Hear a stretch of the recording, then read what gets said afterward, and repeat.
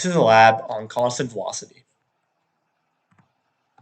To begin with, the goal of this lab was to compare the change of actual motion of a glue stick in a straight line to the projected motion of a glue stick using coding in GlowScript.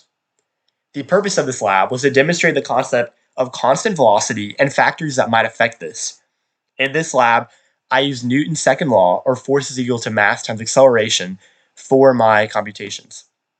In addition, I utilized GlowScript for coding and the model and tracker to essentially analyze the lab experiment video. In short, the result of this lab was that velocity will remain constant unless other forces act upon the object. As previously mentioned, I utilized Newton's second law in this lab, where force is equal to mass times acceleration, or acceleration is equal to force divided by mass. In other words, velocity will remain constant unless a force is acted upon it, as with no force, acceleration will also remain constant. Next, in the experiment, I used a glue stick, a ruler, a table, and a phone for my experiment. The ruler was primarily used for calibrating the system in Tracker, and the experiment basically went, I placed the ruler on the flat surface, the glue stick on the flat surface, and then gave it a slight push and started recording the video and analyzing it once the glue stick had been moving for a couple frames, so the force from my push was not included, and then made my observations from the glue stick moving till the end of the video. The coding sector, I first defined the sphere and the graph. Next, I defined the initial position and velocity vectors, which I essentially put at where my lab experiment started for both position and velocity, so I could accurately compare the differences in the actual lab experiment and the model. Next, I used delta t to update time, and then I used the while loop to iterate. And in each iteration, I updated the ball velocity and ball position using Newton's second law. This loop repeated until time was equal to t is equal to 4.033 seconds, which is essentially when the video ended for my lab experiment. And finally, I plotted position and velocity curve that was resulting from this and then printed it all. And as you can see, here's the code, the while loop, the ball velocity and ball position being updated, and the iteration, and then the curves being plotted, and then finally it all being printed.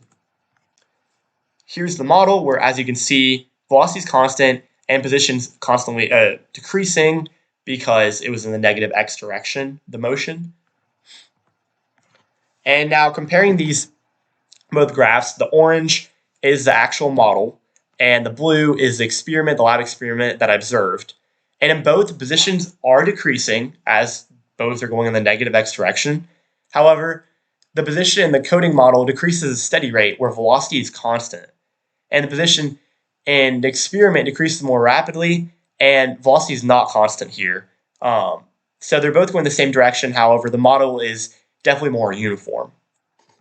Some reasons for this error might be there's friction from the table, as any surface in the real world is going to have some forces of friction that would be causing the constant velocity to essentially be decreasing. Also, in addition, a couple frames might have included the force from my push, which is human error, but this force being included would again cause there not to be constant velocity.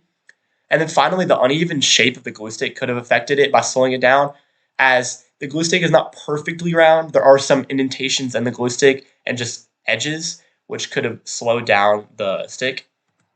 And now finally, to conclude some questions, if positive x and negative x were reversed, position would be increasing on the graph as opposed to decreasing, but velocity would still be constant.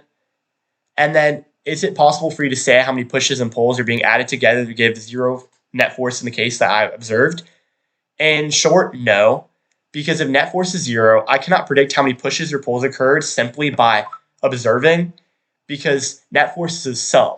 Essentially, there could be a potential infinite amount of forces combined to zero, and many of these forces I can't account for by just observing it. So there might be some forces that I haven't seen, so it'd be difficult to be able to say exactly how many pushes or pulls in the negative or positive directions occurred that all equaled up to zero. There's many outside factors that it's very difficult to account for. Thank you.